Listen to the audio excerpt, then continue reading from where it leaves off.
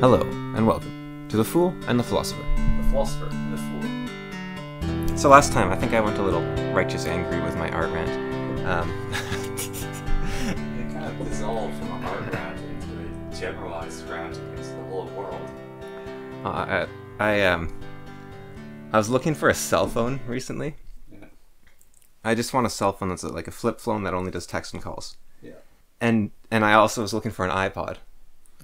Apple discontinued iPods earlier this year, so I was like, okay, well, you know, I can find the brick for you. Yeah, sure, if you can find it.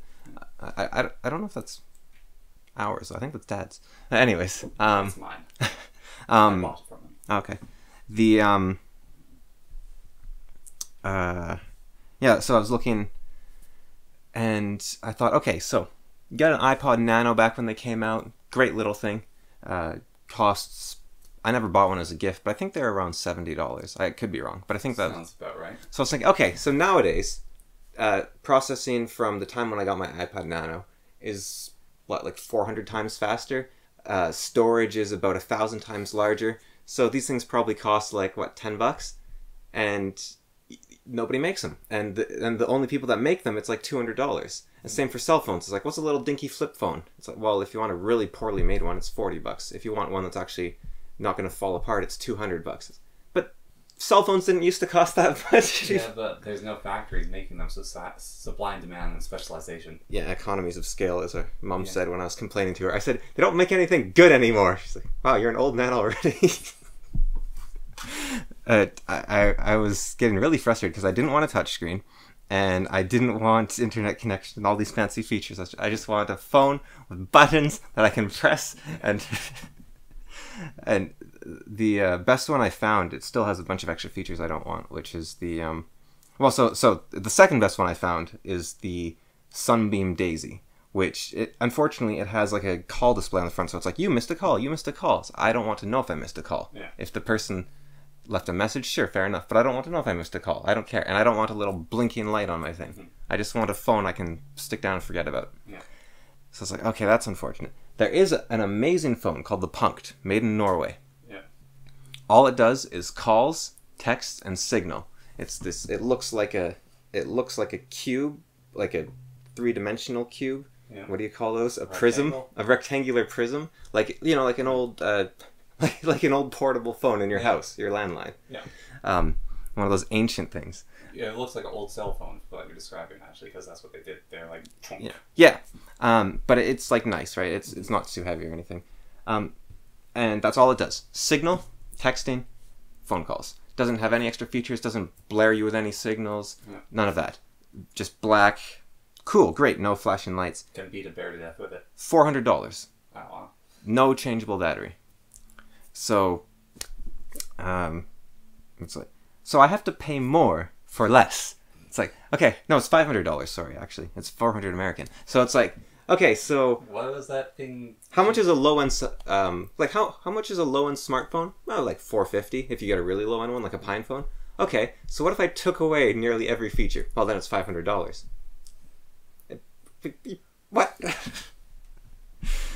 It's very annoying.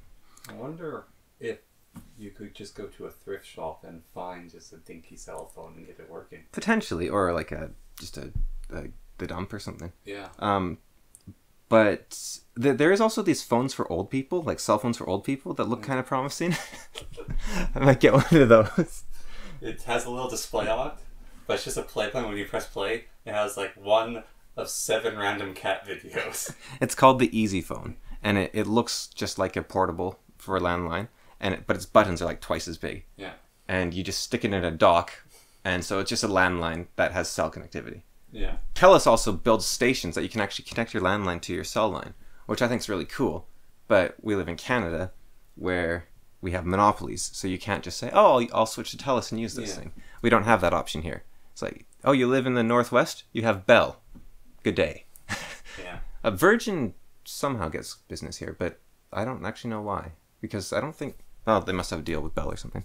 So anyways, I got a little righteous angry last time, I was thinking. And I don't know if you've seen Jordan Peterson's latest videos. He's been going a little mad about trans doctors. Not transgender clinicians, let's say.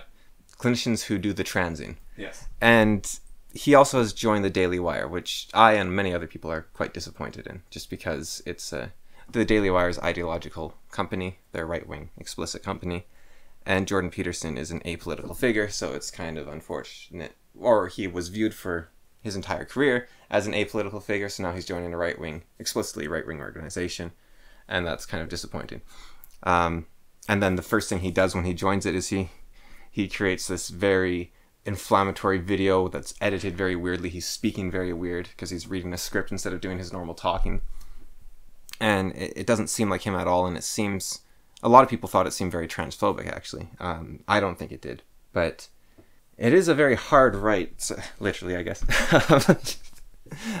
turn for him. And I think he's doing the same thing where righteous anger is very seductive. Yeah. But also, the thing he's doing, he's a great speaker. Nowadays, he's an okay writer. He used to be pretty terrible. But nowadays, he's a solid writer. If he has an editor.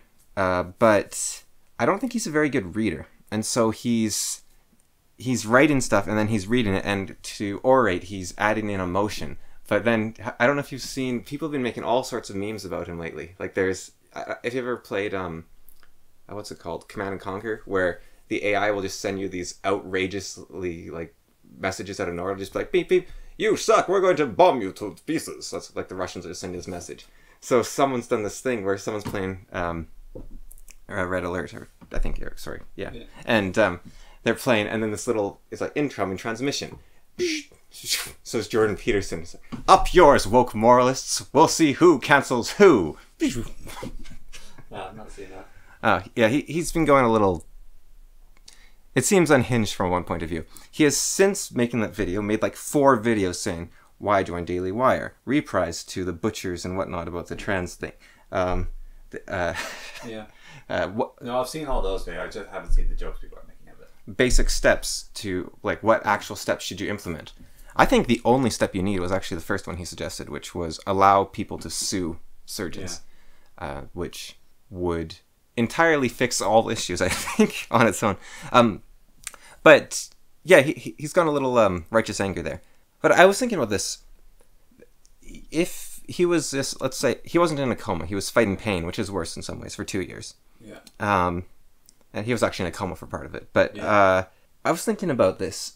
Imagine there's been no pandemic that you're paying attention to. And everything is 2018, sort of 2019. Yeah. Political discourse and general public discourse. Yeah. You have a conception of the world, and then you're jumped forward 2 years into the future. Which he basically was, like, his memory, like when he talks about his memory from the time, he lost about 2 years. Yeah, well, that happened. Mm-hmm. That's happened to me as well, and not with this, but with other things. And so essentially he missed the gradual frog boiling and instead was chucked into boiling water of now the government can tell you what to do and control you utterly, and it's now okay to chop up little children for your beliefs. And that does suddenly seem like a radical shift if you look at it from that perspective. And I was thinking about this, like, well, that sounds pretty transphobic, saying that you're just chopping up little children. So there's something that is massively decried all over most of the world, except Africa, I think, basically. Parts of Africa, which is female genital mutilation. Yeah. Where they mutilate, let's say, parts of young girls' genitals. And that's decried all around the world. But in the West, where we're also morally superior, circumcision and transgender surgery, oh yeah, you're just doing your... Which trans surgery as well can include female genital mutilation. Well, not the same thing. They're removing nerve endings in the female... I'm not a fan of any sort of surgery at the birth of a child unless it's like life-saving. Yeah, well, I was thinking even there was this woman who was born with a tail. Well, she was a baby when she was born, not a woman.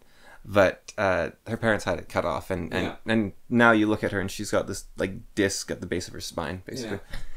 And I was thinking that should be, I don't know, it's weird, but I wonder if that should have been her choice. I don't know if there would have been medical complications with a tail, but amputation seems like quite the decision for parents to make. I mean, you know mirror hand syndrome?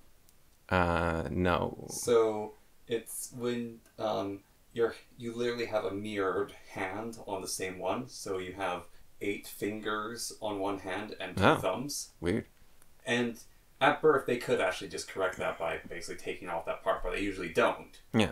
And it's like one of the rarest conditions in the world. And it looks really cool, if not a little creepy. But like people with mirrored hand syndrome are probably, that's like a big part of them in some ways. I don't think you should identify with your... I'm not saying identify, it's a part of them. Yeah. And it's also, if you want to get rid of it, then get rid of it, sure. Like, I think that Jews, if they want... Circumcision, it's a covenant with God. It's like, I'll give you a part of myself. Or that's the whole point of the ceremony. That's why God said to Abraham, like, you know, just start chopping bits off your children. He's like, you know, it shows that we're buds. Yeah. And there's just this movie I think of which is basically making fun of like the whole early parts of the Bible. And at one point, the 2 main characters encounters Abraham. Could be. Like the guy who started doing the circumcision. Yeah. And he's telling them what he's going to do. And they're just sort of like, okay, that's a little weird. And they told him not to kill his son, so he's like, oh, I'm going to go do this. And at this one point, there's this massive battle against all the people they met versus the Romans. And he's running about with this knife and this wild expression on, and there's a bunch of Romans just running away from him. Yeah, I believe he's the founder of the Jews. Because he's the guy that had no children. He was an old man with no children. And then he was given a son and told to sacrifice the son, right? Well, and then God said, your children will be as numerous as the stars in the sky, as sands in the sea. And then his first child comes, he's like, yay, and then he's like, sacrifice your kid. What? And then he did it. And well, angel stopped him. Yeah, and then he was stopped, and he beat the angel up, wrestled it out of the way, stabbed Isaac, got the job done. I don't think that... Just like, did we send... Oh, we sent Wimpiel. We sent Wimpiel. Oh, no. Quick, Samuel, can you go check quickly? Oh, no. Hey, Abraham, What's that over there? Bring him back to life. Yes, this was my will. Thank you for your sacrifice. Yes, you should have another child soon. Also call him Isaac, and we'll have a do-over. I call do-over. Yeah, so it is... taken at face value, it is a very barbaric action to force upon someone. Yeah. The same with the female genital mutilation. They're not just randomly chopping away. They're removing the clitoris. They're just removing pleasure so women don't get addicted to sex is the idea. And I think if a grown woman's like, I'm going to do this because this is my culture, my religion, whatever it might be, then that's their choice. But if you're doing something to a child that, first of all, is an amputation or a mutilation, but also has potential complications, and same with circumcision. I don't think that basically transgender surgery is a sacrifice to God in the same manner these other 2 things are. Yeah. I think claiming otherwise would be silly. Even if the child wants it, it's you don't know. You're a child. Yeah. It's the parent's choice. Don't let children drink. Yeah. Drive. Or drive and sometimes drink, because drinking and driving is just no one do that. But yeah. Or even you have to be a certain age to join the military because they have to make sure that you're...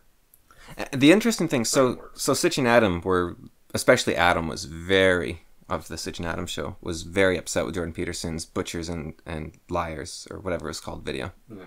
But the interesting thing is, in Jordan Peterson's follow-up video, he said he was nervous making that video because he had no idea what the reaction would be. Yeah. And the Telegraph, who sent... I don't know what the Telegraph's political leaning is. Do you? I think they're pretty neutral. Okay. But the editor there said to him, this is pretty edgy, but we'll put it out and we'll see what happens. And then the editor's like, we just got like 90% approval back from this. People love it. It's great. So the thing that the politicians... the activists and the online discourse is very different from everyday normal people. Yeah. And everyday normal people are going to say, oh yeah, trans, I support that, whatever. Because they have no idea what's involved. Yeah. If you want to stop someone supporting trans, show a facial reconstruction video. I don't know if you've ever seen one of these. No. No, I've avoided this. Like, it doesn't have to be for transgender. It's just reconstruction in general. Cut the right sections of your skull out. Yeah, they have to peel away the skin. Yeah, but they also have to drill a stencil to your head to draw lines without shaking. Hey. It's not a small task to do these things at all. Yeah. And that's one of the more minor things. Just that's bone shaving essentially, and Or plate adding. yeah. Well, you end up with plates and screw holes and stuff afterwards. Like, there's no way around that. So you're not... It's not like they just, we'll just touch it up a bit and then you're good to go. It's like... Because if you want to get a good sanding angle on a bone, right? You take the bone out, you stick it in a vise, you sand it down, and then you put it back in. You're not just... and for jaw reconstruction, I believe they swap 2 sections of bone so to get the shape right. I really don't like that. There's these great videos on YouTube of...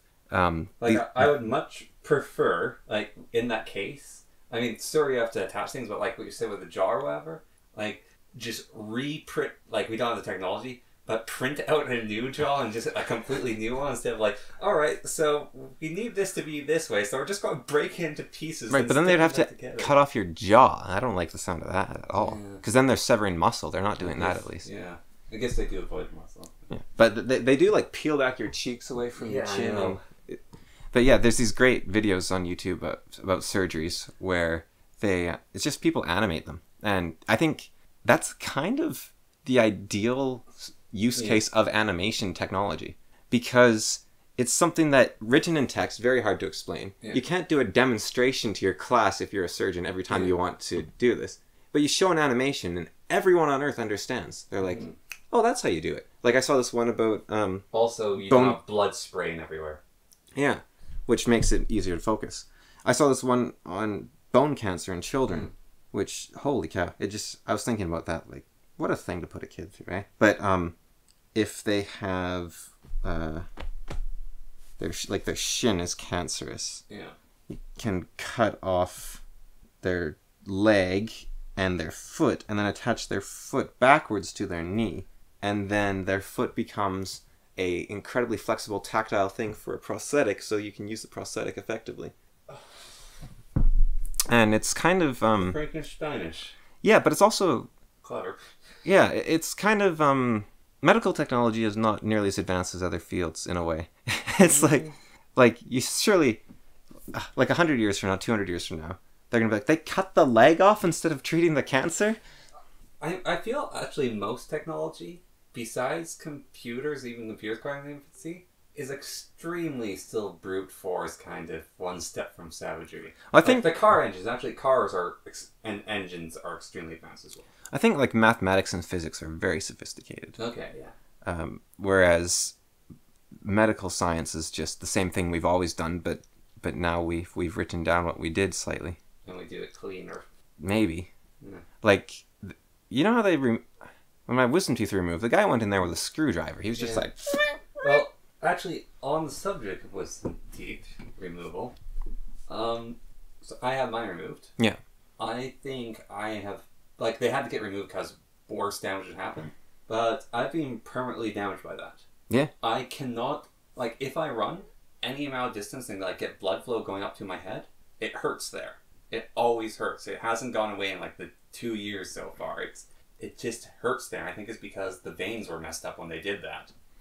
Well, my teeth got all misaligned from when they did it. Yeah. And me, someone who's never had tooth problems whatsoever, started having all sorts, like gum receding and pain and plaque buildup and cavity, like, beginning things, and never had that before in my life. I had perfect teeth until I had my wisdom teeth removed, essentially. Yeah.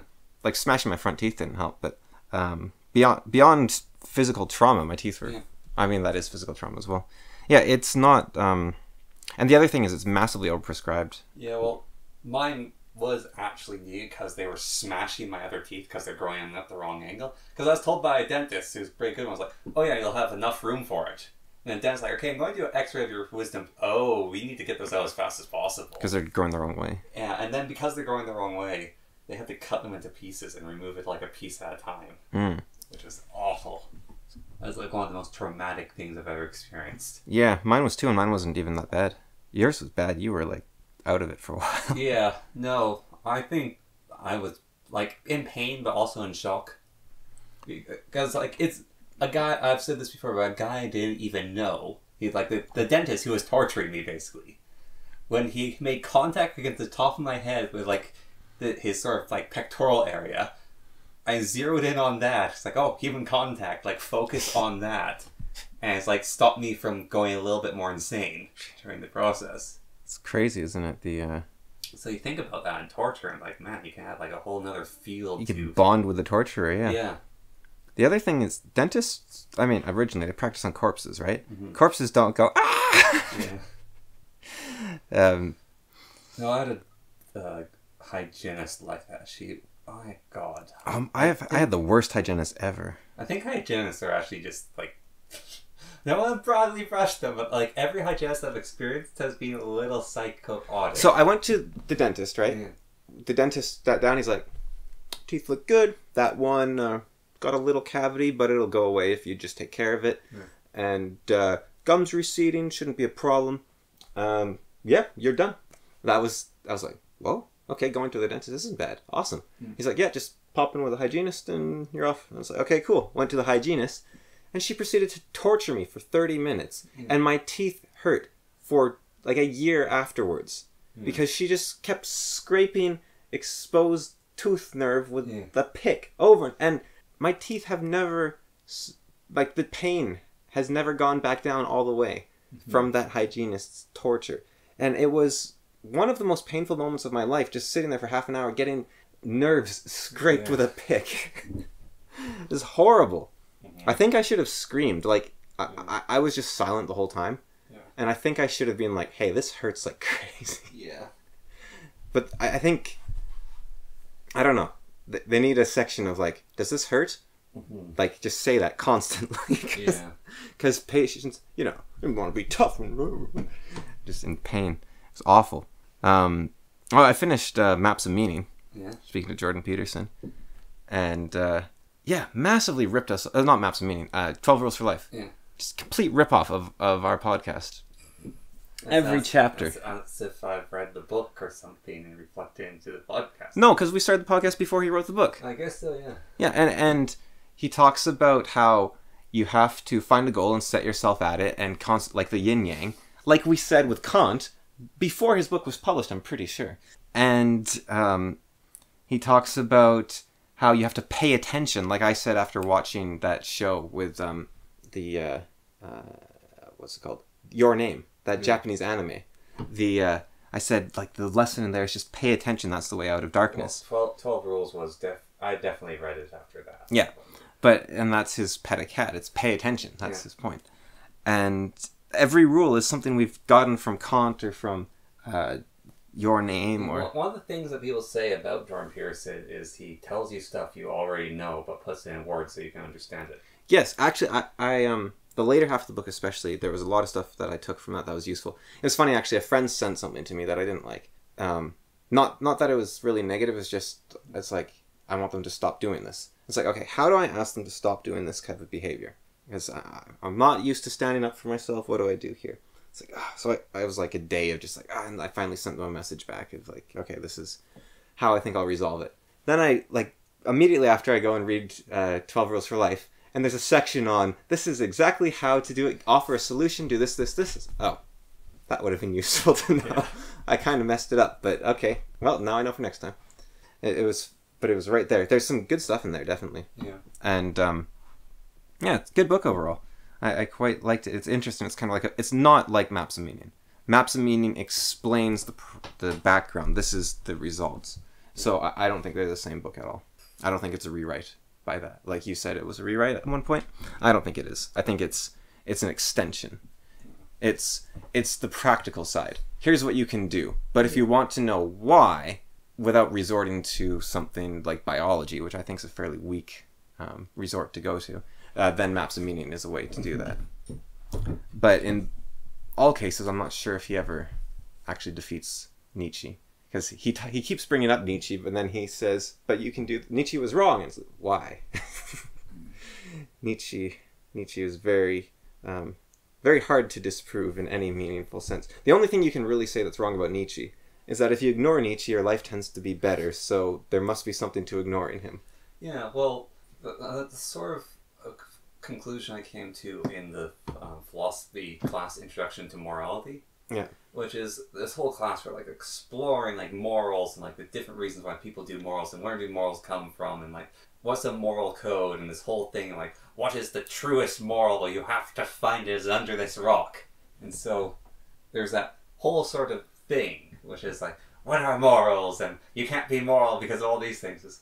But if you sort of just ignore all of that and just be moral, or if you be immoral. Yeah. Yeah, and so the other downside, the other thing you can say against Nietzsche is you don't have perfect knowledge. So, and Nietzsche acknowledges this. So, what you can say, this is a very distilled version of Maps of Meaning. Humans don't have perfect knowledge. There is a method that seems to work to make lives worth living and meaningful. Yeah. In the face of a lack of knowledge, you should probably use the methods which work. Yeah. And if you do it, things will be better. And that action is faith. Yeah. And that's sort of, I think, how you could define Maps of Meaning. And that would be where faith came from. Are you ready for 12 more rules? When I have more money, yeah. I want to read it. That book is far harsher. Hmm. And it's harsher by nature of them being under immense suffering for 2 years. Yeah, well, I was curious because he actually sort of changes one of the lessons. One of the big ones is don't become resentful because of suffering. It's worded differently, but it's like, sure, you're suffering, but don't become resentful because of it. Yeah, I was very interested because, I mean, he was through a lot already when he wrote the first book. Yeah. And so the second book would be very interesting to read. The autobiographical nature of the book is also quite interesting because I don't like a lot of his takes on the environment. I don't like how he talks about it. But what I realized from reading 12 Rules for Life is what his contention is with people saying that they have the solution to an environmental crisis. Yeah. And that that humans are destroying the earth, which I also agree is a terrible message that is meaningless. Not because it's not just meaningless because it takes hope from people. That doesn't matter so much as humans are not a blight on the earth. We're the only reason worth living, literally, because we are human. Yeah. So if all our actions were killing off all the polar bears and penguins, and we didn't like polar bears and penguins, who cares? I don't get why we like polar bears as it is. Because they're cool looking. Yeah. And they've got intelligence, and people have we have. You notice that we talk about how, like, the intelligence of creatures we slaughter typically. Like we seem to, or the sentience, we seem to care about the difference between us and them. Yeah. And we see it, predators are quite intelligent animals typically, and polar bears are intelligent predators, and they're good looking and cute. And not if you're right there, but yeah. Well, so you know about how England has no wolves, right? Yeah. Yeah, so have you seen the video about the wolf wars and trying to reintroduce wolf? No. Apparently, North Americans have a very different experience than Europeans with wolves. Insanely different. So I looked up the statistics. In the last 300 years in North America, guess how many wolf attacks there have been? Lots? 70. Really? Yes. On humans? Yes. Okay, because I know about dogs get killed all the time. Yeah, no, dogs and livestock. Yeah. But, alright, so in Europe, in around in the 1600s, I think, or it might be in the 1400s, Paris was under siege by an army of man-eating wolves that besieged outside their city for 3 years. And so eventually they lured the whole wolf pack into the city, then closed all the gates, fired down from the walls and buildings with crossbows. Then the remaining wolves, militiamen and guardsmen, went into the streets and fought the wolves and systematically fought them. And 100 or so people died, including the captain of the guard who killed the leader of the wolf pack, and they killed each other. And there's a monument to this guy who killed this wolf king who was terrorizing people. And this is happening in cities all over France. In World War I, the Russians and Germans were fighting. They had 2 scout units and they were fighting. And a pack of 100 wolves came out of the forest and attacked both forces and started eating the corpses. And so both sides teamed up to fight their mutual enemy. Like, the commanders from both sides basically say, okay, we're working together until we kill all these wolves.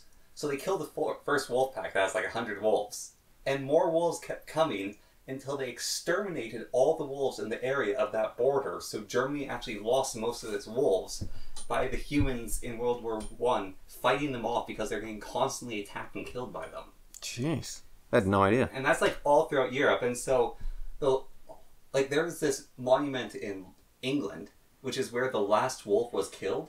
And this earl or duke basically said, I'll give 400 pounds, and that's back then, to the person who brings me the pelt of the last wolf in England. Wow. And so there's like this whole thing about it, like killing it and getting rid of the wolves in England and driving the wolves out of France. Like, Russia was one of the few places in Europe, basically, that wolves left. And then they started reintroducing them in Germany and Scotland. And the Scottish people are freaking out about the wolves being reintroduced to Scotland. And the Germans weren't allowed to, like, hunt the wolves or kill them. And so these wolf packs have started attacking cattle and livestock. And so now the German farmers are allowed to shoot wolves on sight if they're going after their livestock.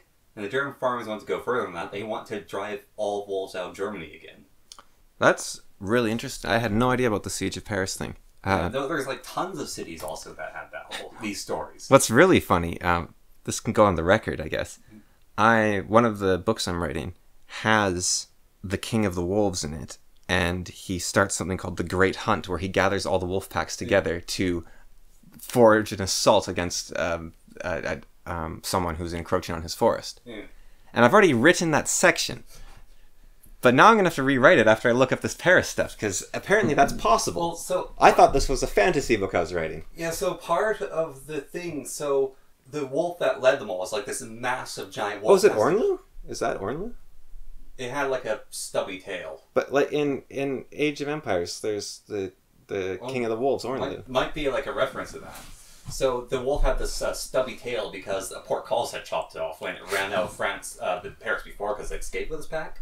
But basically, these wolves he and his pack would go into a farmer's field and they'd try to kill a cow. And then the herdsmen would try to stop it. And so the wolf pack would just kill and eat the herdsmen. And so it sort of became this accepted thing that you have to let the wolf king take a cow and he'll leave you alone. But then he got a taste for human flesh or something and started like exclusively killing humans and travelers. And then the rest of his pack basically became like that because his will and control over them was so strong. It's like, we are killing humans and eating them. That's what this pack does. And so like there was 3 long winters and the wolves are kind of going crazy. So they're patrolling around the outside of Paris trying to find a way in. And they found this part of wall that had collapsed, and so there's alley in. And so the wolves rushed in and killed a group of Franciscan monks and ate them, like dragged them out of the city. And so that's when the city decided to basically fill the streets with offal, and no one goes in, no one goes out, no one travels to Paris. So this pack that's been like hunting people around it. The only food is inside the city with all the open gates. They lured them in and did all that. And then closed the gates, yeah. Yeah, I can see why they want to reintroduce wolves, because they are, I'd argue, the closest species to humans on Earth. And it's nice to have neighbors. You might say like chimpanzees or something, but wolves and humans are insanely social and insanely loyal. And chimpanzees aren't loyal. Yeah. They are social, but I'm not even sure if they're as social as wolves and humans. But the thing about humans is things that are too similar to them seem to fight. Yeah, so this is really interesting. There is a tale in Alaska of these long-tailed men who would hunt and kill people. Yeah. These men with long tails. And they had a cave they lived in, a series of caves they lived in up on a cliff. And they were a brave hunter or warrior of these native people in Alaska. Yeah. Tracked one. He followed it. He stalked it back to these caves, and they found these caves. And so they waited until the creatures were asleep. I think they might have hibernated or something. Yeah. And they slept during the day, was what it was. The men of the tribe went to the edge of the cave with spears, and the women gathered bundles of green wood, and they lit them on fire, and they used ropes, I think, to toss them into the cave. And so the cave filled with smoke, the monkeys ran out, the men stabbed them as they ran out, and the women shot them with bows or something like that. Or the other men shot them with bows as well. And they annihilated this entire species, in theory. Complete genocide. Now, what I find really interesting about this story is people have myths, and to what extent myths are true, I don't know. I think they might be a lot more true than we say a lot of the time.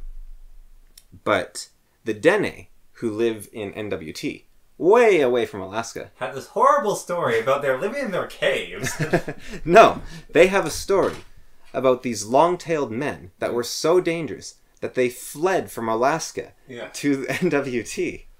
And then they ended up in NWT with all its horrors. But I thought that was really interesting that it's corroborated with the Alaskan story.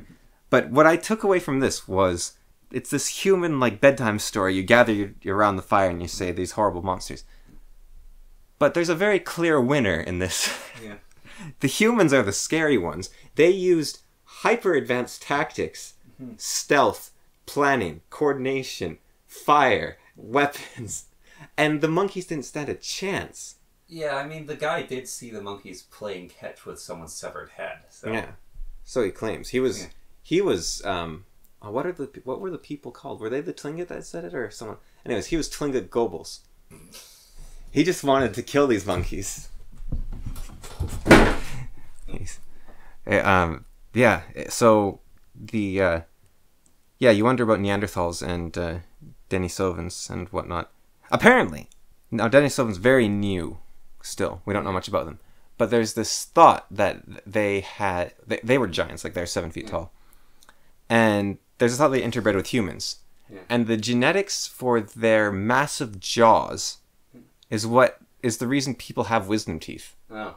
But we don't have massive 7 foot tall Chad beast jaws. So it's kind of a terrible mix of genes. Well, what's interesting as well with the giants is there's a myth of people, it's below Alberta, that region, those mountains, of the Saitakai, which are these giant cannibals. They're like 8 foot, 7 foot tall. They're very close to the Fomir, except they lived in caves. Yeah. So there's these horrible, giant, and smelly cannibals, and there's this whole tribe of them that attacked and was awful to the groups around them. And so they retaliated and forced them into a cave and killed all of them. And it's like, okay, that's a story from this region. So archaeologists found a cave with giants in it, like corpses of giants. It's like 7 foot tall people who were all killed by, like, you can see they're killed by stone weaponry by First Nations groups. That's the thing about this these monkeys in Alaska. They know where the caves are. Yeah. Like, the legends are like, oh yeah, the caves are just over there. And so an archaeologist went to the caves, and he started digging, and he found a bunch of burnt wood. Yeah. He didn't find any weapons like spearheads or arrowheads, but he did find a bunch of burnt wood. So, could be true. Yeah. And there was a case up here. I'm trying to remember the circumstances. There was like a legend from like 3,000 years ago. The dinosaurs, right? No, there was I've got a different one for you. There was a guy who was out boating, and he had this really fancy jade dagger or something.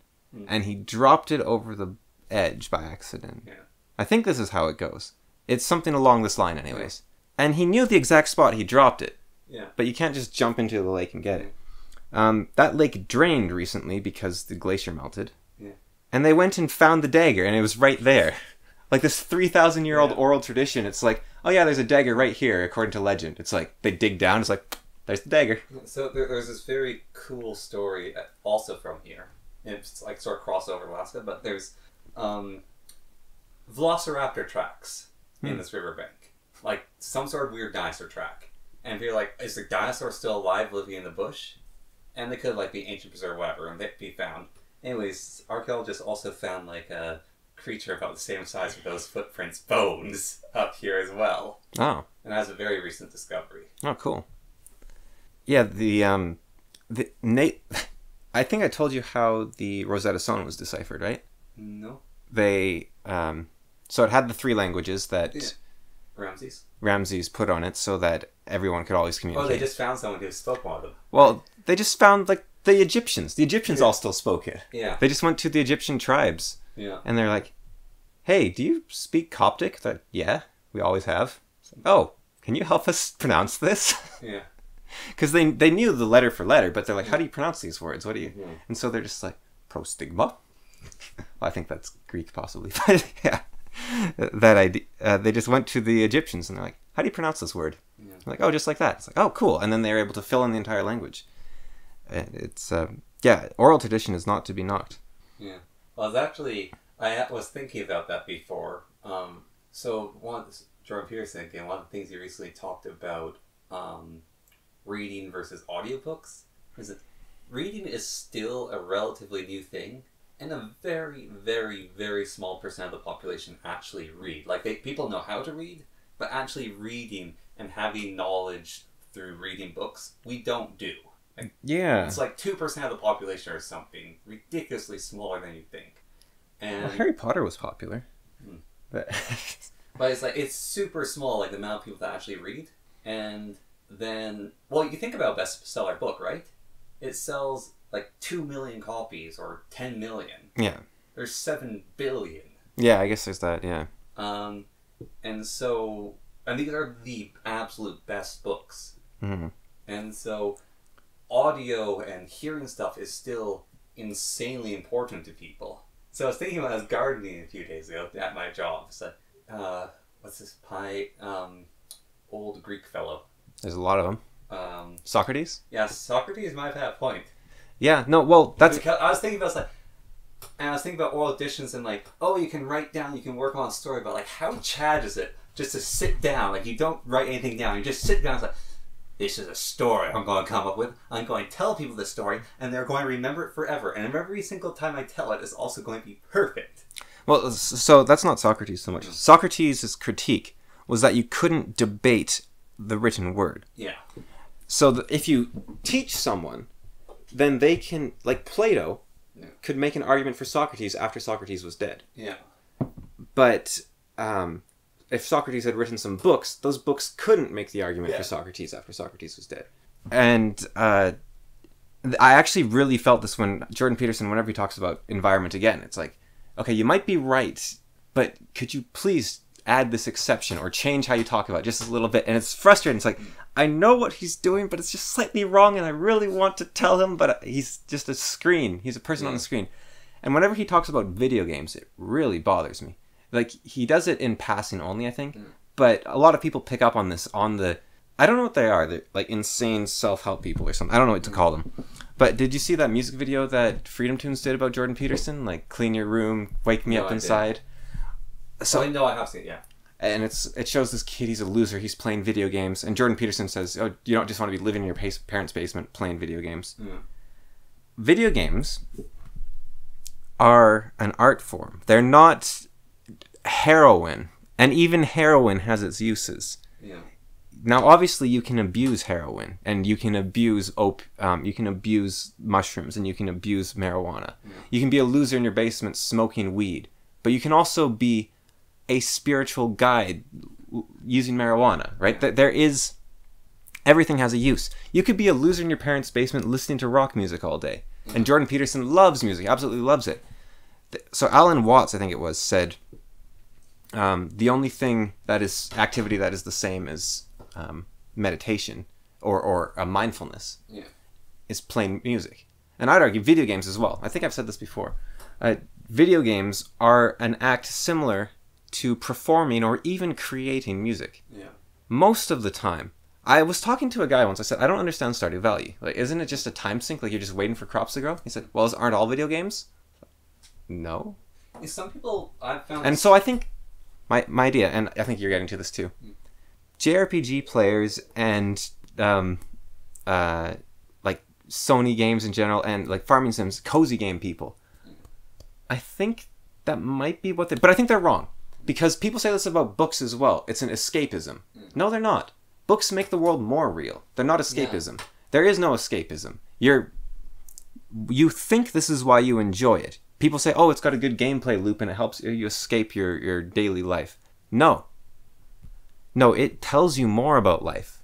And the gameplay loop is just a term for addictive feedback. It's not a good thing. No, it's the people have different perspectives on video games, I think, and some people definitely don't treat them in a healthy manner. Like our father has troubles with video games because he gets super easily addicted to them. Mm-hmm. But part of the reason why he gets addicted to them, this is actually a very interesting bit of psychological literature, is if you know something's wrong, quotations, and you really enjoy doing that, I'm just going to indulge, like... You overindulge in it, and then it proves that it's wrong to you because you've overindulged in it, or you overindulge in it and it destroys you. Huh. I definitely do that. And you do it because it's a guilty pleasure. With cheese. I eat a little bit of it. I'm like, well, I ate a little bit of cheese. I might as well eat some honey and some nachos and just... Well, that mindset is basically the mindset with me with food as well, so I have to be very careful about indulging food and like recognize that and not have that. Yeah, just enjoy yourself. Yeah. Or if you... I think willpower is so hard to maintain. Yeah. It's sometimes better just quit cold turkey. Like just... Well, no, that was actually like my approach. Like I've tried before, I'll just like see how much control I have and I'll go to this one restaurant.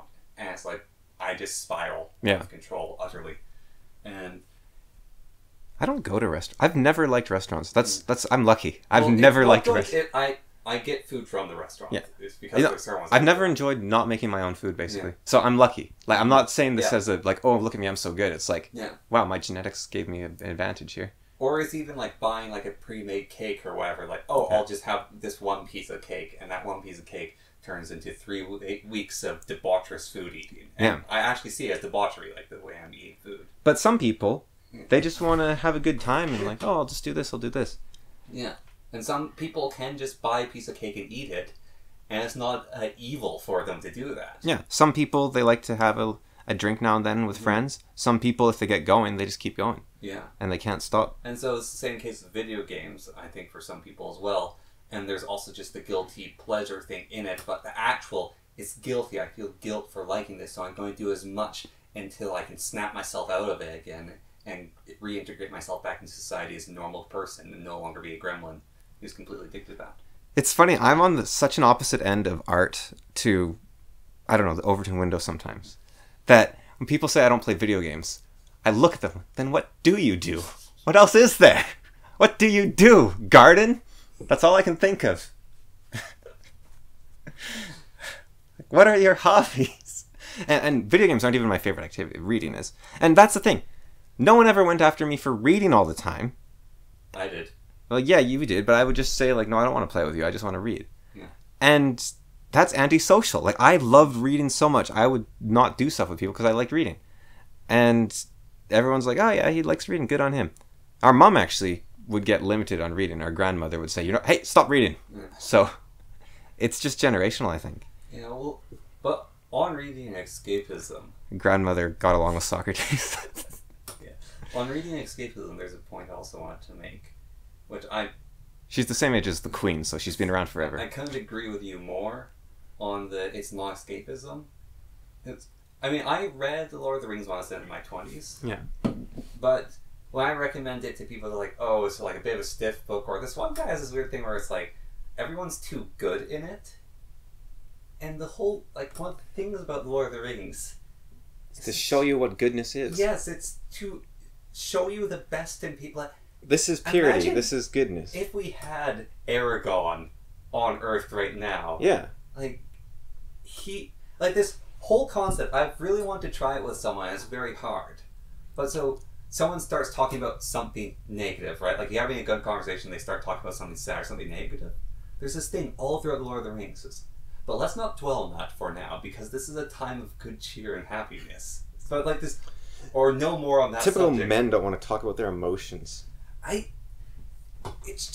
find it such a good thing. It's like, this is not the time to talk of these matters. We are I agree, enjoying absolutely. ourselves. And so it's just like, it's not even dismissal. It's like, oh, let's not talk about this. We will talk about it later. Yeah, this is not the time to talk Actually, in 12 Rules for Life, he explicitly says, how do you deal with ever-present trauma and horror? Yeah. So set aside a time for it. Yeah. He said, and make sure you talk about it. Yeah. But any time outside that time, don't talk about it. And I think that is great because so I hung out with the lawyer friend I talked about. And my best friend came back recently and I was talking to him and he said, so how's the lawyer friend doing? I said, oh, we had fun, we hung out. He's like, yeah, and how's he going on with the stuff in his life? I said, didn't ask him about it. What? We were just talking about video games and law. We were having fun.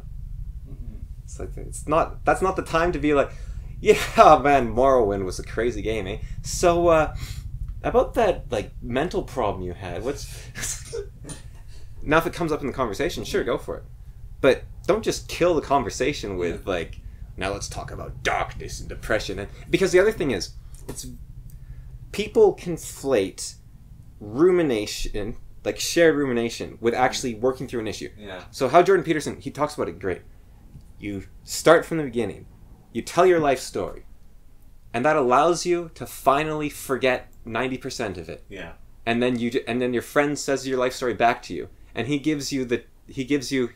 wasn't listening. So he was listening. But he draws from it like 9% of that 10%. He sends that to you. He's like, so this is what you said, right? And you're like, yeah, that's what I said. And suddenly, you have like a paragraph which describes your life and tells you all your problems and tells you, and if once you can see all your problems very clearly, it's like, oh, I can fix that, I can fix that, I can fix that. It's actually amazing. And then you so you can do that, but then, so you have that 10%, you tell that again, and you get rid of another 90%. Well, and then what you say as well is you say, yeah, so I have this problem that I'm dealing with, right? Like I have this dietary issue, and it caused a lot of depression. And so I changed my diet. And then next time, that's not your story because you fixed your problem. It's like, yeah, I was working on this and now it's done. And that is what good discussion is. But you don't go, man, your depression, hey? Yeah, my depression. Man, your depression. Yeah, my depression. That's actually another, like, that is the one thing with the men's group, which is, I know some people, like, will take a very long time to fix all their problems. But I even said this, and they sort of disagreed with me at the point, but I said this to someone was, I feel like it's kind of the goal for a men's group to disappear. Because they're talking like, oh, there's dwindling members, all this stuff. I feel like that's ideal. Yeah, it's like the goal you want for a men's group, or like one of those help groups, is to go, boop. Like, your goal, like, you can have books and knowledge and books on how to live your life. But the goal that we should have, like, the self-help community, is for every single year, less of those books need to be rewrote. Yeah. Well, like I said, Mark Manson quit. Yeah, exactly. Like, but I'm done. Yeah, part of I've worked through all my own problems. I'm done. So it was really interesting. I think I've talked about this before, possibly. I kept a diary of everything I ate and my energy levels and what I did during the day for years when I was trying to work through depression. Because I went to the doctor and they didn't help. And I was like, I don't want to go to a therapist. They just tell me to do this. Okay, fine, I'll do what they tell me to do. So I started doing that. And I started it. And it's really interesting. So I just, last night I read it. I was like, should I just throw this out? And I started reading it. I was like, huh. I was just going through it. I was tired every day. Like, every single day I wrote, like, super tired, don't feel like hanging out with friends. And when I was reading, I was like, I can't imagine if a friend's around not wanting to do something with them. And I was like, oh, like, my friend, the friend who designs video games, she's up for a day, but I'm just so tired, I don't know if I want to see her, even though it'll be the last chance I get to see her. And it's just, holy cow. And I was just angry all the time. And I was like, and I write, like, super angry, working on anger, super angry. And I was reading this, and I was like, okay, you're angry all the time, you've got a headache all the time, and you have trouble focusing all the time. You're just tired, man. You're just tired. And you can't, sleep doesn't help. That's horrible. Well, if we even go back to the first podcast... So as I'm going along, it's like, tried a podcast with Connor today. Didn't know if I wanted to do it, but I said to him, if you get up before noon, I will do the podcast with you. Because you were getting up super late, and then you were, like, eating breakfast and doing your own thing. And then at, like, 5 at night, you'd be like, hey, you want to, like, start something big? It's like, the day's over. And so I said to you, look, if you get, I think I said it was like, I wrote down in the thing, if you get up before 10, I'll do the podcast with you. And I wrote that down, and then you did the next day. I think I, like, got up at, like, 7 that day or something. Yeah, but it said something like, don't want to do the podcast, but I said to Connor, if you do this, then I'll do it. And then I was like, hey, podcast was all right. And then the next one came along, it's like, did podcast again, like 6 months later or whatever. And so it's really interesting that it's in there. And I'm just going through this thing over and over again. It's like all these issues, and it's, you write it down so you can look for patterns. But what I think there's more than what you see as patterns is you see confirmation. Because I knew I was tired all the time. But it's like, oh, I just feel tired. Like, everyone feels tired. But reading back that, I'm like, holy cow, you've got a problem. You have chronic fatigue. I edit the podcast far less than I used to. and multiple reasons for that. One of it is just I don't feel like it. Well, I'm not helping you anymore with the podcast, so that's a lot more drain on you as well. Yeah, but and like I'd like to be helping you. Putting my focus into other areas and slightly other topic, tangential, so I won't go on that. But still, like the clips I heard, and definitely when I started editing, so like we did the one of them, then we did the second one. I think it was 2 months later, and then it was literally 6 months until we did a third. Yeah. And then in that third one, we were like, oh yeah, we got back into it. So we did a fourth one. That fourth one, we changed the name. We changed a whole bunch of stuff. And then fifth one, all those came around. And so we're going through that. And just reflecting on this, and I've said this before, but how angry you were has drastically decreased. Like, it's actually so palpable. Like in the first 4 to 5, the amount of anger you have. Well, but it wasn't just that anger needed to come out. Yeah. So it wasn't just that I'm doing better now. I'm doing better because I yelled a bunch. Yeah. There's an extent to that. But it's funny because I'm very tired today. I'm not feeling well at all. My arms hurt. My finger feels like it's broken. Throat sore. It's a really bad day because I didn't sleep last night at all, basically. And I was just so angry this morning. I was like ready to strangle everyone. I like heard someone cough and I was just like head whipped around. It's like, ah. And I used to be like that all the time. And I was like, this is identical to how I felt for years. I was tired. And it's so obvious now. And normally just missing a night's sleep wouldn't make me this bad. But when you're injured, all your energy goes into healing. And then you have nothing left over for... So, like, my mental... Like, it's very hard to not just, like, throttle people right now. I get better as the day goes on. You see a fashion Victorian times have a spiked collar beneath your ruff. Oh, yeah. Because strangling was very fashionable as well. So I'm reading through this thing, and it's like, man, I'm just tired. And then it says, I'm going to try this diet thing. I was like, I'll just cut out carbs. And then I'm like, this is the worst idea I've ever did. I hate it. I can't keep going. Like, it's just, I was miserable for like 3 months. Like, it was rough. And then I said, but the day one that I cut them, I said, I felt more tired than I have in ages, but I feel like a good sleep will help. And then that was when we did the second or third podcast, was after I just like took a 2-hour nap, and I was like, I feel like 1,000 pounds have been lifted from my shoulders. Like I still feel incredibly tired, but I feel like I might get better someday. And it was crazy. Like, I would read, like, stayed up an extra hour, tired for like 4 days. I was just not sleeping. And so I'm going through this list. And then I get to that event that we had this little tussle about, and I think that we both actually behaved badly now, looking back. When I was talking about the best moment of my life. And that's written in this thing. Yeah.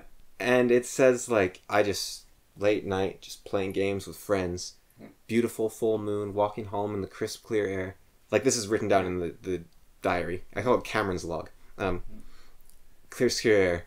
1,000 more of these in a lifetime, please, but one is enough to justify all of my life. And then the next day, our grandmother on our dad's side used this very manipulative thing on me, where she said, like, I was house sitting, and she's like, are you going to come to visit again? I've only seen you twice while I've been up. Like, I flew all the way up here, and I was like, no, I'm taking care of a bunch of animals, and I'm trying to work on this diet while house sitting. It's like, too much. And she's like, well, I'm not just going to leave your present here for you to pick up. So if you want your present, you have to come get it. I was like, take it with you. I don't care. Like, geez, do you think I'm bought by... I felt... Very rarely I've been more insulted. It's like, you think I'm bought by presents? But I wrote in the thing. Stood up to her, feel fine. Because I was capable of that. And then the next entry is, it's more relaxing not to keep this. I think I'm done. And I haven't kept it since then. So it's just one good night after, like, fixing the diet thing. Then I show a bit of spine, because once you're in the mindset, I need to show spine, then you need to show spine. Yeah. That's the important part. And even now, I still got some spine showing to do. Same. But it's very hard because it's scary on the one hand, of course, but I also can't talk. So standing up for yourself when you can't talk is like impossible. Also standing up for yourself when you can't use your arms and your body. Yeah. Well, I can't even physically I can't like punch someone even, really. Okay, here's the thing, actually. This isn't me standing up to you. But it's just a thing I've noticed that I want a PSA for the entire world. If you're dealing with a mute person, and you're trying to figure out what they're saying, say what you think they've said, like what they've mimed out. Because mute people are not mind readers. But for some reason, everyone I've talked to seems to think mute people are mind readers. Because I'll like mime something out to our mom. that I need done. And she'll be like, yeah, okay. I'm like, yeah, okay, what? What's okay? What are you agreeing to? Or today with you, I was like, I tried to mime out, you want to do the podcast? And you're like, yeah, sure. Yeah, sure, what? What? You're like, you want to go for a walk? I was like, no! I want to do the podcast. I want to also say that's one of the few occasions where I've done that. Well, that's why miming with you is easier than most people. But it's interesting in the books by Wildbow. I think he might have training as a nurse or something. Because nurses have to deal with people who suddenly lose their voice, like their jaw's broken or their throat's cut, something like that. And so they have methods of talking to them, and he uses them all throughout the book, and I was like, why can't that be me?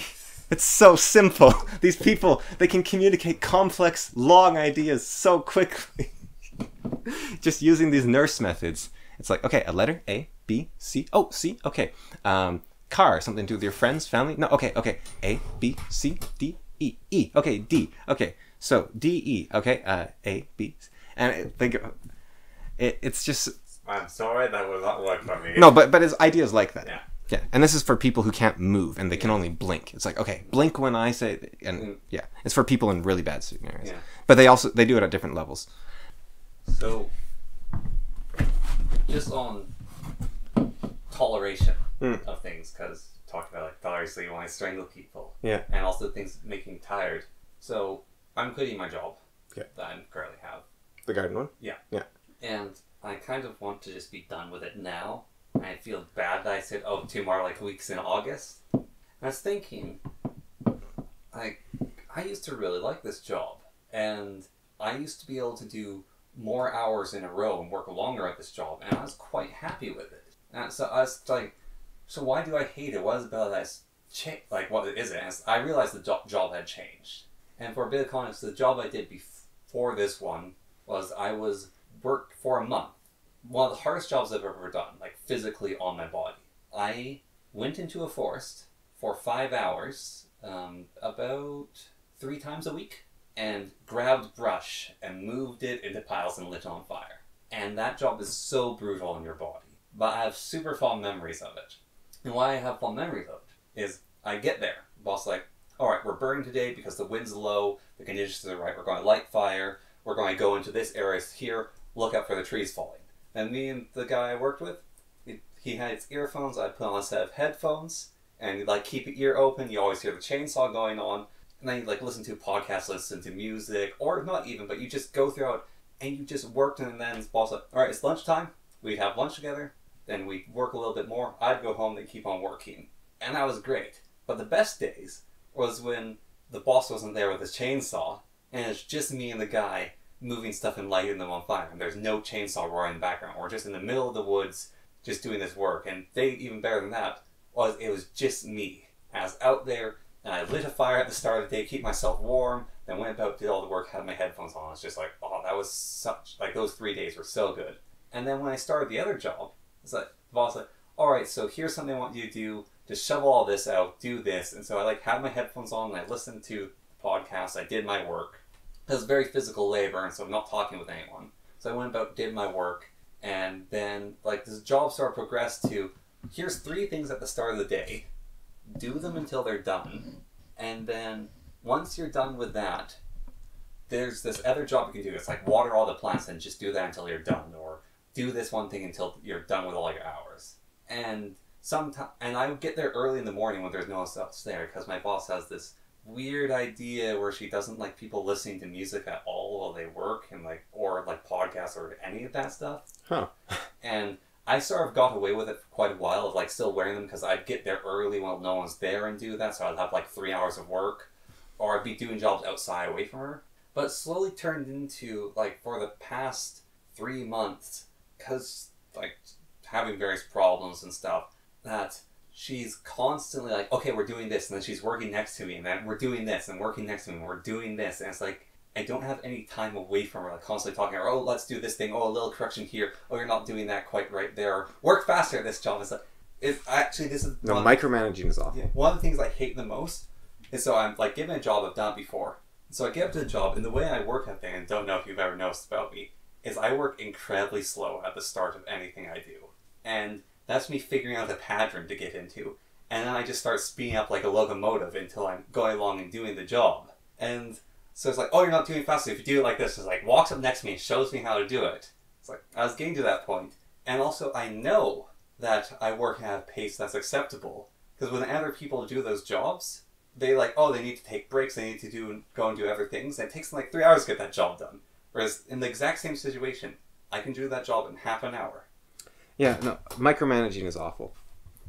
Everyone hates it. Mm-hmm. I don't know why the micromanagers micromanage, because they want to do it themselves, basically. Yeah. And that's very much the case. In which case they should do it themselves. But she's injured right now, so she can't do a bunch of stuff. But it's also just like, I don't have any escape because I'm constantly working near people or can't get there at certain hours, that I can't even like listen to the music or a podcast or a book. And I really, really like that if I'm doing physical labor. So... And one of the things I was reflecting on is doing these 2 hours a day versus that incredibly tough job, or even just early in the season where I'd work for 5-hour days and do like a bunch of physical. I feel far more exhausted after 2 hours I feel like my day is done. Like I have no energy to do anything else after those 2 hours. Yeah, I did a job where I had to turn soil in someone's garden. And they were there all the time saying, like, go here, do this, do this, do this, do this. And I didn't like that. I didn't like that job very much. I had another job where I had to rake gravel on a, I don't know, how big would the field have been? Maybe like a 20-acre field? I don't know. Just rake all the gravel off this field, essentially. Yeah. I had a great time. I was just alone, listening to Night Vale. Spent like a month at it, just like raking gravel, getting rid of roots. And I just loved it. Yeah. And a friend of my mom's, who apparently lived at the property and like was doing stuff around me while I was doing that, like picking stuff from the edges, was like, yeah, me and your son spent a lot of time together one summer. We did? I was just listening to Night Vale. I mean, that's kind of how I view company with people. If I can see you and we're in the like vicinity of each other, I'm spending time with you. I was not spending time with her. I was spending time with Cecil Baldwin. Yeah. And no, but I was actually thinking, it's like, oh, it's a shame like these 2 other people didn't come back for another season. And I've been thinking about more. I completely understand why they did not come back for another season. Because they're both young people. Like, one guy, he would listen to stuff, and then he'd, like, get told off for listening to it, and then he'd, like, just put back in. He's, like, he basically listened to stuff until he was told off. And I totally understood that. Why can't you listen to stuff? Does it look bad for the customers or something? Or so, like, sometimes you can't hear her when she needs your immediate attention to go do something. Because gardening's like, where did those seeds now? And also you can't hear, like, pipes and stuff dripping, so there's no ambient music playing in the greenhouse, because like, oh, something could be broken and dripping, and because it's like, can we have like some music play in the greenhouse like these other greenhouses do, because like it's really chill and relaxing, like there's music going on in the background. And no, that the when the roof was getting worked on, they had this pounding music going all the time, and the worst part was only the bass filtered through into the house, so you didn't even hear the song. It's just, I wanted to ask them to turn it up, because you just heard like doom doom doom doom, no variation. But I would never think to ask for them to turn off that music. Can you imagine doing construction without music? It would be hell. Or an audiobook or podcast. Yeah. I mean, those are, it depends on what job you're doing. Sometimes it has to be music because you can't pay attention because you have like a big drill going. But you can love construction. Yeah. But you still need to engage more parts of your brain. Yeah. Because like... Well, because I can't listen to music, and I sing sometimes, and there's another staff, she doesn't work there anymore, but she would just break out into song random, like fully singing songs as she worked, and this another person talked to herself constantly, and she's just going through every single detail for like self-narration under her breath, and something you turn, it's like, what are you saying? Like, talking to myself, and they're like, oh, okay, yeah, sure. People try not to go mad because they can't listen to me. Well, me. even I now talk to myself about things. Then my boss is like, why did you say I was talking to myself? Why did you say I was talking to myself? Because she's a bit hard of hearing. Yeah. Yeah, no, that's odd. I don't... Gardening definitely needs a cerebral component. Unless you're her, and she's the one planning everything out. Then she is using her mind all the time. Yeah. But yeah, and it's probably frustrating for her with her injured hip. Like, I want to do this stuff, but I have to get someone to do it for me, and they're doing it wrong. Yeah. But yeah, and so that's to do with you standing up for yourself, I guess, saying I'm done with this. Basically, I mean. So did you tell her like, hey, I don't like the micromanaging, or you're just like, I'm out of here? Well, basically, I said I'm done at this point because I'm moving on in my life. Yeah. And it's like, oh, so you want to come back on, like, and do a little bit while you're learning, like, trying to set up your business? Like, no, the government here basically has it all covered, and I'm just moving on. Yeah. Like, she's been living that way for 60 years. It's not my job to change her. No, definitely not. And so I'm just... But it can be useful for her. I'm not saying you need to do it at all. Also, our mom shops from her, so I want to leave on good means for our moms. Yeah. Well, I think she's a nice person. Yeah, no, she is. It's just, she used to babysit me. One of the problems is she's in constant pain. And, like, never work for someone who's in chronic pain. Mm. Because, like, especially someone who's used to not being in chronic pain. Because they... Remember when our dad was in chronic pain? Yep. And it pours into everyone around them. It's literally like the One Ring poisoning people. Yeah, no, I agree 100%. And so, like, working for someone like that is also awful. I've been trying really hard not to do that, and I've been failing bit by bit in areas, but I've been trying really hard not to, because I know how you could just wreck everyone around you. No, it is like the One Ring's corruption, actually. Very tricky, because you're bitter with the world. Yeah, and that's the whole thing. Don't be resentful. Yeah. Yeah, and so you gotta... It's great for mental fortitude building, eh? Like, if you can make it through that, you can make it through... My thoughts are just like, oh, I just want to say, like, actually I'm done at this point, or, like, just stop showing up or whatever. Yeah. I was like, no. You're going to do these last 2 weeks. You're going to be a man. You're going to do it. You give notice. You say, I don't like you anymore. Well, I gave notice, and then... I negotiated myself into giving her more time with it. Like, it's all internal self-negotiation. Like, I'm going to be done in August. Oh, but you need to stay. I need to something. Okay, the first week of August. No, you need to... Okay, the second week of August. Damn it. You've twisted my arm behind my back. Yeah, I'll show her. Last 2 weeks are no pay. All right, and that's it. And then I'm out of here. But I'll be back if you need me on the weekends. Just call. I'm always... any time of day, any time of night. Just call. I'm here. So all that negotiation. Yeah, you didn't even talk to her. It was just like the guilt building. No, that's actually true, though. That whole like, not the week. I'm not going to do this. Like, I was considering that at first. Like, oh, if you need help, just call. It's like, no, I am done with that. Yep, not definitely. Like our dad, like, even working with your parents can be annoying at times, but if it's not cold outside, working with him on construction jobs is actually immensely chill. It's not cold outside. And so he, like, needs help every once in a while with the heat pumps because those things can weigh 400 pounds. It's like, if I really need money at some point, I'll just say, hey, Dad, let's just work together on this. Just steal a heat pump. Like 400 pounds. No, you can't. It was ridiculous, actually, because he's having me help, like, lift up onto something. And so we're trying to figure out, so we got up onto this table, and we need to lift it even higher. And so we're, like, just trying to figure it out. And so we both bent down and picked it up. And, like, we raise it to about the point where you get to your ribs. And then we're both like, okay, we actually can't lift it any higher. Because he's holding the heavier end and I was holding lighter. And so he had, like, maybe 250 pounds. That was 150. And so we're trying to find things we could stand on. Because, like, there's just that point when you lift something where it won't go any higher. Do they have handles or something? It did have places to grab it by. Okay, because I'm just, like, that stove we moved that one time, I think was 400 pounds. But that was, like, the heaviest thing I've ever moved. No, it had, like, areas to grab it from. So, those, you drive your car up into it? Yeah. The house we were working at, they had those of metal. And so we're just like, okay, we're going to use those. And so we stood on those things, lift this thing up, put it down. I hate lifting heavy stuff. That's probably my least favorite job. No, beyond fiddly stuff. Like twisting your arm around to do something fiddly. Yeah. That's my least favorite. Second least favorite, heavy. I hate it so much. It's like, this could break me at any second. What's combine the two, heavy and fiddly? Yeah, oh, that's the worst. And then it's minus 30. Yeah.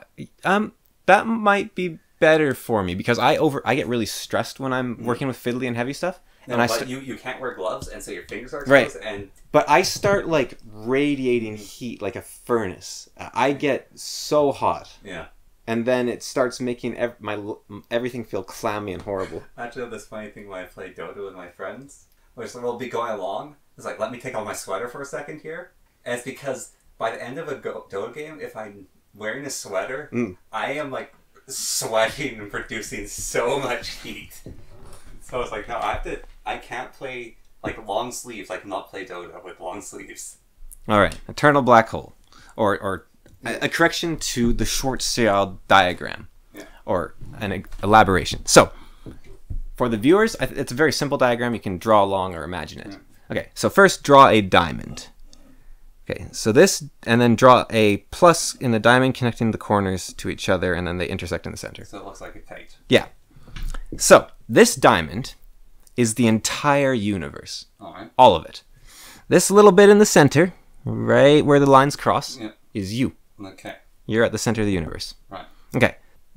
Now imagine that the two lines intersecting are an x and y axis. Right. So the x-axis here is space. The final frontier. Okay. So this is space. The y-axis is time. So if you move up, you're moving through time. If you move left and right, you're moving through space. Right. All right. So now we have to draw in the edges of the universe. So let's take the top left line of this kite. All right. This is one of the edges of the universe. Now you say, wait, the universe doesn't have edges. It does. It has a horizon, an event horizon, a black hole. This is the horizon of a black hole, which is essentially an edge to the universe because you cannot cross that threshold. Yeah. So, things can only move so fast. You can't just move directly left or right because to transverse space, you have to transverse time. So the speed of light is a 45-degree angle from the center point. So you cannot move at a steeper, well, I guess a shallower angle than 45 degrees. You can move directly up in time, but you cannot move directly left or directly right. Speed of light is limited to this diagonal angle. Yeah. So, if you are, say, way over here in the far left of the diagram, and you're not moving the speed of light, you might not be able to avoid the black hole that's in front of you. Okay, so now we extend a line. So off of the left side of this diagram, let's extend the left line and the right line so that they form an X. Yeah. This is the black hole over, so that now you have like an hourglass coming off the kite essentially. So this top triangle pointing downwards is the black hole. This is where the black hole is. Yeah. This bottom bit is so we are here in space, right? This dot. Yeah. So before this is the past. This is, these distances are infinite, by the way. Yeah. This is an infinite distance in space. This is an infinite distance in time. So if you go backwards an infinite amount of time, the math says that you get a white hole. Yeah. So this bottom bit of the diagram is a white hole. Right. So you will notice that, so if you go up and left, you'll hit a black hole eventually. Yeah. If you go backwards in time, you'll eventually hit the white hole. Yeah. However, you'll notice that there's a point where they intersect. Yeah. And this point is called something. And it's infinitely small. Yes. And they have no idea what it is. But if you can get through that point, you get into a parallel universe. Well, so that's the question. What is on the other side of this point? Because it's infinitely small. What if you thread the needle through that point? What's over here in this blank space to the left of the X? Yeah. Yeah, another universe. So here we have another universe. And this is what the math says for an idealized black hole that has been there since the dawn of time. Yeah. So that is the Schwarzschild diagram. So there is an interesting interpretation of this, which is that the black hole forms at the start of time, and then instantly it dies. But in a black hole, time and space are reversed. I don't know if that's relevant, but that makes sense because no matter where you go, you head towards the center because time bends towards the center. So time and space are reversed in the black hole. So when the black hole is formed, it immediately dies, but because you're on the outside, you can't see its death until eternity has passed. And at its center, in its death, is formed a white hole. Now, what is a white hole? Well, there is a theory, which I think is really, really interesting.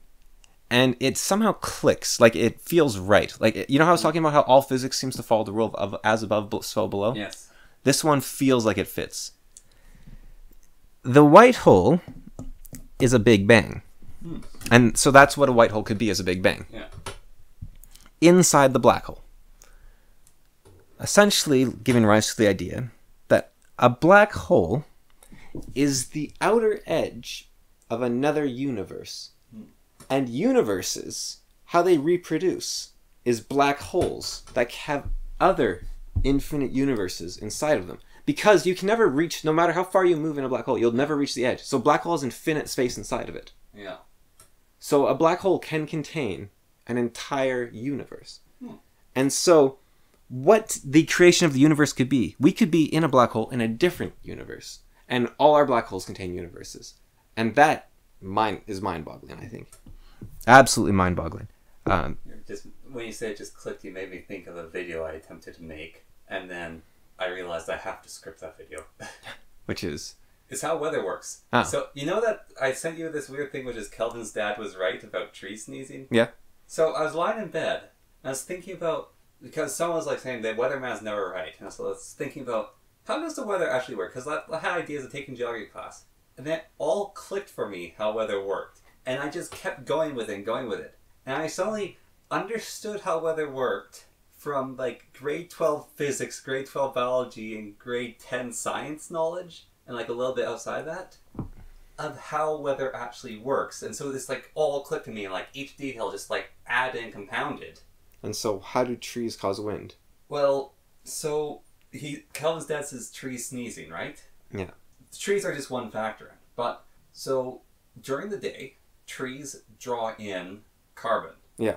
And so they're actually moving things. They're displacing matter. Yeah.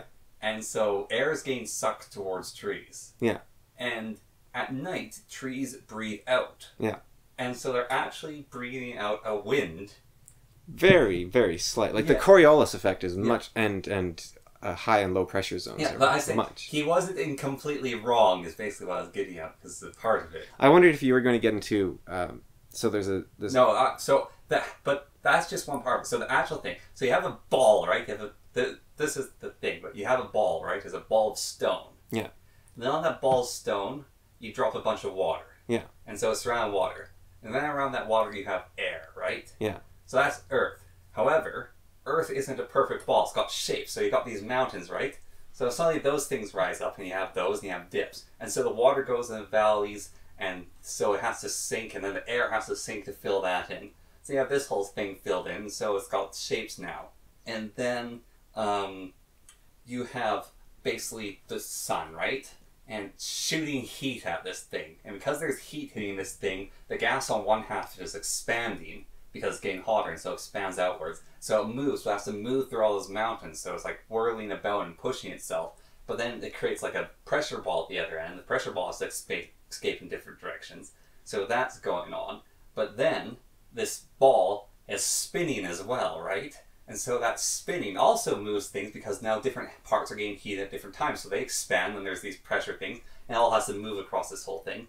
But then also inside the ball, it's not actually a solid ball. It's molten fire that's trying to get out, and there's different density of stone. So these land masses that are like, oh, it's there and it's settled them. No, it's not settled. They're moving, and so these things move. And then that water that has the light coming down, well, actually, that is evaporating, so that moving up creates its own pressure zones, and then when it gets cool, it falls down, so that drags air with it.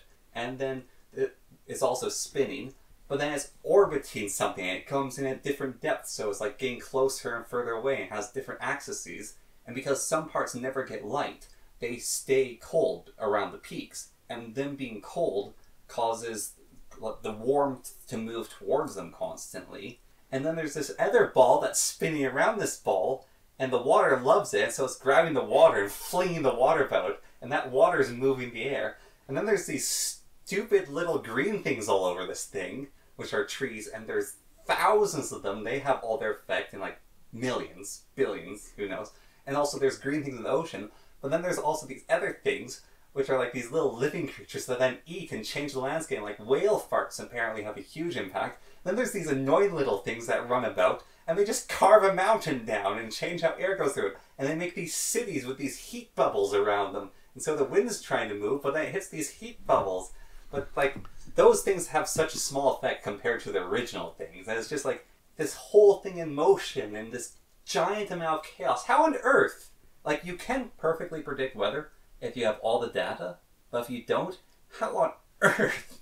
You look for patterns. Yes. But one thing is that... But that's like a very basic sort of idea, and I want to just draw that out. The understanding of the world is incomplete. Yeah. So, for example, we don't know how volcanoes work.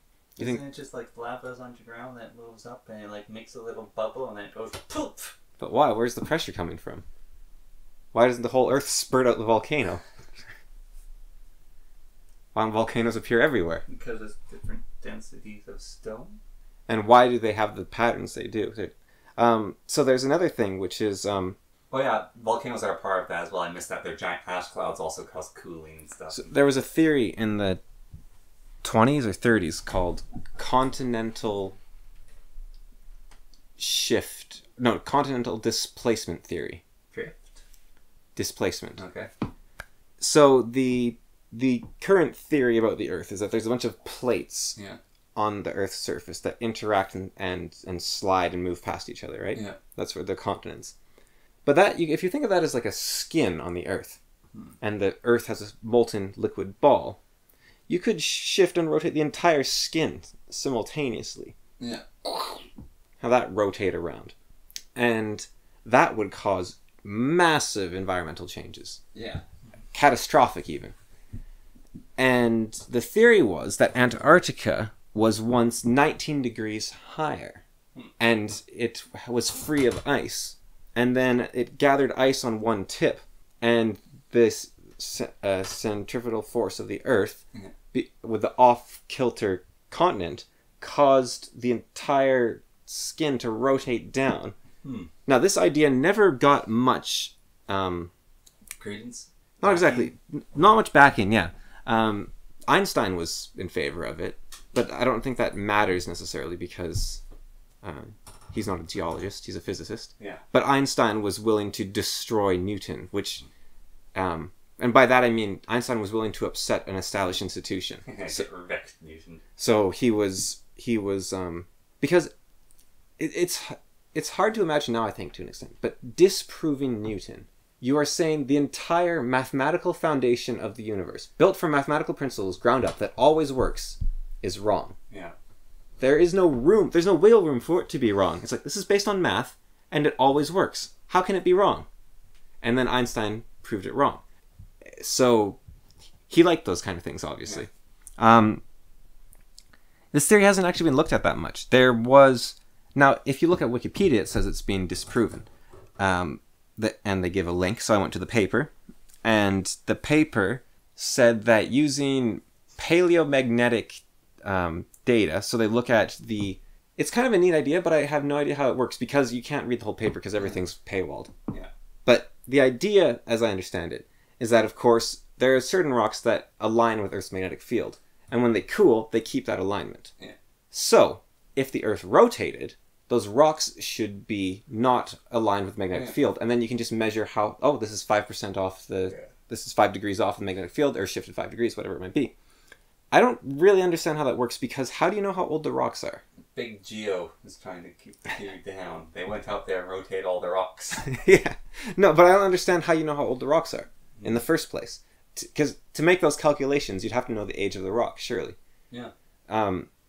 But they said, based on our calculations and the data, so there was calculations that were done, and they gave a maximum of 19 degrees, was their theory. Yeah. These people gave a new maximum of 5 degrees, which they said would not be enough to thaw Antarctica. So that seems reasonable, but I have no idea how they did that, so I don't know.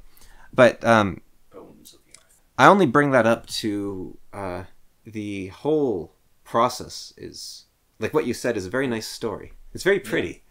Yeah. Yes. And it's all just guesswork, so like thinking about It's very clever guesswork. Yeah, it's just thinking about it. It's all there's, I don't know if this is canon, like literally canon, but Lucifer being the archangel of reason, as Jordan Peterson suggests and John Milton might have said, is really, really cool. Because Lucifer sees further than anyone, but he can also go much further astray. Yeah. And I think that is amazing. Because reason is a deadly, deadly trap. It's incredibly powerful and incredibly useful. The most powerful of the angels. Well, I have this worry sometimes. You know, it's not omniscience, but that thing that Dresden had on the island, like he just has knowledge. Yeah. So I was wondering something like, where does a lot of my knowledge come from? Yeah. And because like sometimes I will say things that are completely not true. Yeah. I try not to do that. Yeah. But also like I'll think about something and that is the way that works. And it's not even like, oh, I'm making up a lie or maybe I'm lying to myself, but it's like following all logical things, and every single time I've gone through this is the way that works. So this is how it works. No, that's how it seems to work. Yeah, and yeah. But it's like I just out of nowhere I'll have this like insights on certain things, and then I'll go and actually look it up, and a lot of the time I'm correct to what we know. But it's, I'm scared by that sometimes. How so I was giving a friend a massage because I had like these huge tension problems, and so I was going through it, and I basically got rid of their tension head, like fixed a bunch of things. And a little while after, I was just, how on earth did I know what to do? It's like, I was like explaining things to them, like, okay, so this here pulls on this here, so if I do this, and then it's like, holy cow, it's like that just tension went away from that muscle. And the conclusion I came up with, I'm a god, is I've been in so much pain in different parts of my body. And I thought, oh, if someone could just put pressure there, or it's like, okay, if I lean on like a ball right here, and like relieve that, or like when I'm doing martial arts and moving through things, like, oh, that makes that muscle, so like all of that combined over my life is like, oh, that's how I knew these things worked, is the amount of pain and like things I've been through in my own body. Yeah, you're human. Yeah. Now, of course, again, humans are not genetically the same. Mm-hmm. Very different. I learned very recently. I was very glad to learn part of this. You know the little holes on your eyelids? Like, just below... Well, first of all, I was glad that other people had them, because I didn't know that. But everyone does. There's like little holes just next to your boopy bit that you can poke and it goes boop. There's holes next to that? Yeah, little holes right on the eyelid. What? Like tiny little holes. The biggest holes in your body outside of your nose and mouth and butt. What? There's holes on your eyelids? Yeah, little tiny holes. Like one on each. I didn't know that. It's where the tears go, and then they go into your nose. They go through the hole and into your nose. I thought the tears come out of that little red weird bit. The tears come out of like your tear ducts, and then they go into the hole, and then they come out your nose. No, they don't. That's why your nose runs when you're crying. So if you plug the holes when you're crying... So if you hang upside down when you're crying... They're also on the top eyelids. Just in case you're trying to hang upside down, I guess. I don't know. You're like, okay, sure. Yeah, okay, so... I never know about some people have 2 on each eyelid. And some people have extra bones in their knees. And some people have extra organs, or reversed organs, or moved around organs, or different numbers of ribs. Those, or a second hand. Yeah. So it's... You can generalize massage, of course. And massage you also can't really... I don't think you can go too wrong with, unless you're like cracking necks or something. Well, basically with massage is like, just tell me if you're ever hurts in a bad way. Yeah. Yeah, I don't think you're... That's not... That is a good use of Lucifer's power. Yeah. Whereas... Well, actually, here's a genetic thing that some people have that some people don't. So you know that thing when you relieve pressure from your ears? Where you, like, you plug your nose and then you, like, sort of blow out? Yeah. So I have this, and some people do. A lot of people don't. Is water fires out of your tear ducts when you do that and, like, squirts really far. Ew. Creepy. And it's, like, excessive fluid in your tear ducts. Tongue control is supposed to be genetic as well, right? Yeah. Do a little... Yeah, you can do it too. You must be brothers. I have a friend who can touch the tip of his nose with his tongue, and he can grab stuff with his toes. I can grab stuff with my toes. His toes are like Ew. twice as long as normal people's toes. Is it? And also he can touch the tip of his nose with his tongue. Yeah, I can't do that. Yeah. Not even close. Yeah. Freak. He's also huge. He's like 6'3". I'm thinking a lot about rationalism and how... And that's Jordan Peterson's whole thing, is that it led to the communist starvations, basically. It's a hell of a drug. Rationalism. Yeah, alright. Bit of a weird one. We'll stop there. Okay.